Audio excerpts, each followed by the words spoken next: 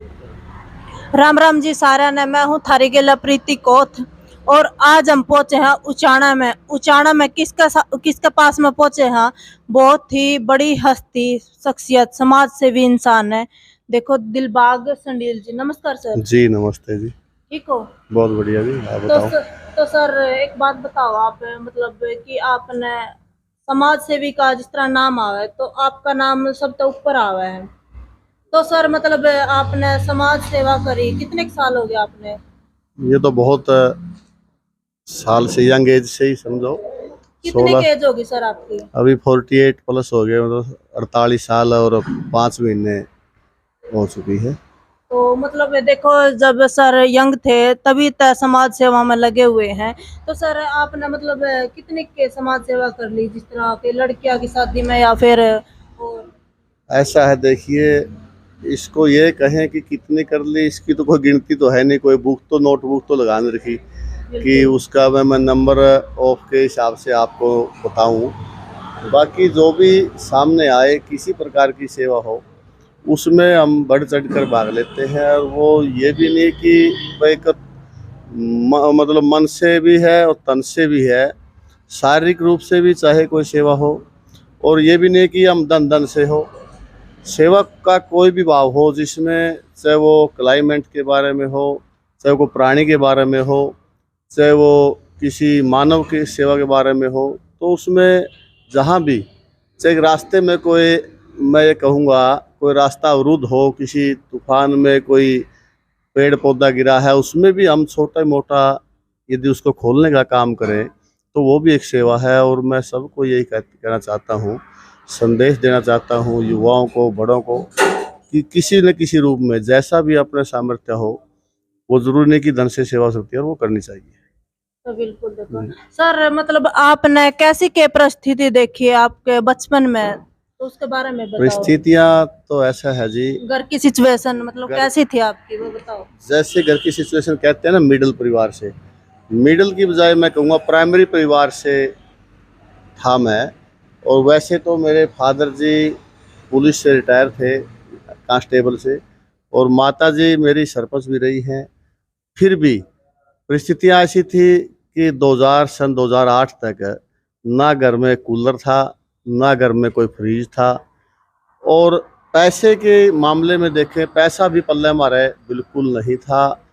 ठीक है, दाल रोटी का गुजारा था। और ज़मीन भी 5.5 एकड़ ज़मीन जो पिताजी के नाम से मेरे पास आई थी, सिर्फ वो थी।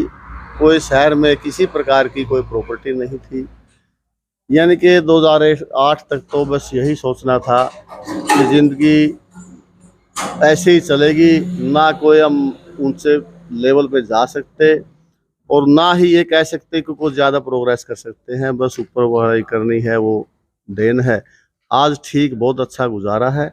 और आज जैसे आपने सेवा की बात कही, उसके भी हम ये सोचते हैं कि हमारा 10वां दशोंध कहें देसी भाषा में, या जो भी अपनी कमाई में से कुछ हिस्सा वो सेवा में, समाज सेवा में लगता रहे। बस ये। तो बिल्कुल सर, एक और बात बताओ, आप इस मुकाम पर कैसे पहुंचे? इस मुकाम पे पहुंचने के पीछे सबसे पहले तो मैं कहूँगा, इंसान का एक संघर्ष है। और संघर्ष के साथ साथ हमने कभी हार नहीं माननी चाहिए ज़िंदगी में। और वो कार्य तो हमने, मैं कहूँगा 10 काम गिनाऊंगा, इतने करे। फिर पोल्ट्री सेक्टर में आए हम लोग 2005 में। एक मेरा अपने परिवार से एक ताऊ का लड़का है, वो ट्रक चलाता था, मैं खेती करता था। उसने मेरे को इसमें अवेयर किया और कहा कि वह पोल्ट्री का काम करेंगे। 3 साल तो मैं कहूँगा पोल्ट्री में आने के बाद भी मन टूटता रहा बीच बीच में। और ये होता रहा कि भाई इसमें भी कुछ नहीं आनी जानी है, और ज़िंदगी ऐसे ही चलती रहेगी। प्रोग्रेस की तो कोई उम्मीद भी नहीं थी। ये थी वे 5-5 लाख रुपए, 2008 तक कहूँगा मैं, 5-5 लाख रुपए हमारे एक मार्जिन आ जाए, प्रॉफिट आ जाए। दोनों को बैठ के हमारी बात हुई कि उससे एक मकान बना लें ठीक ठाक सा। क्योंकि गांव में मकान भी अपना नॉर्मल ही था, कच्चा, नीचे से आज भी कच्ची छत है, ऊपर आसमानी छत है जो वो पक्की है। और उसको हम पक्का कर ले और ठीक से बच्चों को शिक्षा दे दें, इससे ज़्यादा बड़ा कोई सपना, सपने तो थे, फिर ये थी वो सपने हम साकार नहीं कर सकते। मेरा कहना ये है कि कभी भी हार मानकर, कभी भी थक कर नहीं बैठना चाहिए। संघर्ष करेंगे, दिमाग का यूटिलाइज ठीक करेंगे तो इंसान कुछ भी कर सकता है। तो सर बिल्कुल। जैसे आप समाज सेवा करते हो जी। तो आपको कितनी खुशी मिलती है? खुशी तो मैंने आपको ये बयान करी वक्तव्य की, ये खुशी का ही है। इतनी खुशी मैं ये कहूँगा परमात्मा से जो जितनी उम्मीद और जितना बिना मांगे जो परमात्मा ने आज दिया नहीं, छप्पर पाड़ के जो दिया है नहीं, उसमें खुशी बताने में मेरी कहीं बैठूं। जैसे अभी घर पे कल बेटा ही मतलब ऐसे बात चल रही थी करने में क्या किया, जैसे मेरा बेटा खुद मेरी बेटी को भी ये कहने लग रहा था, देखिए पापा ने कितना किया। क्यों, उन्होंने सब स्थितियां परिस्थितियां उन्होंने बेटा बेटी ने भी देखी हैं।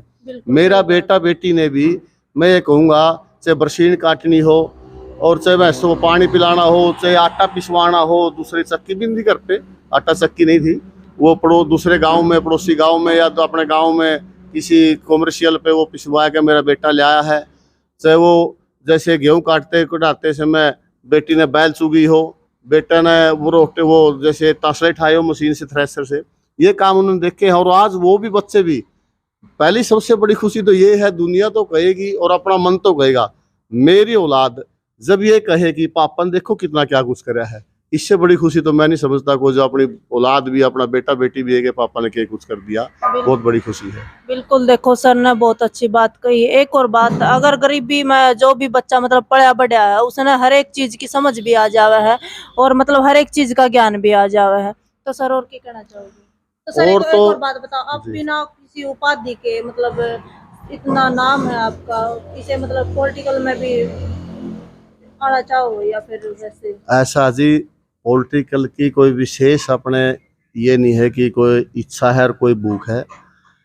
सबसे पहले तो अपना तो ये मानना है, अच्छे कर्म करो, सेवा भाव से, दिल से सेवा भाव हमारे अंदर होगा ना, कुदरत है जो जिसको भगवान हम मानते हैं वो उसका रिजल्ट अपने आप ही देगा। और दूसरा तो अभी हम तहसील के सामने बैठे हैं, ये अपना निर्माण दिन जो ऑफिस है, अभी आप जहाँ बैठे हैं सामने तहसील कार्यालय है, डिवीज़न है हमारा।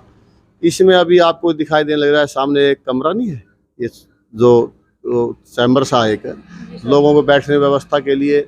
अभी कुछ दिन पहले लोगों ने डिमांड रखी थी, यहाँ जो धरना प्रदर्शन पे बैठते हैं, कि हमारे लिए बैठने के लिए कमरे की व्यवस्था हो। मैं ये कहूँगा, अजीब बात तो ये है, ये जिम्मेवारी प्रशासन की और सरकार की बनती है, लोगों के बैठने की व्यवस्था के लिए जिम्मेदारी सरकार की है।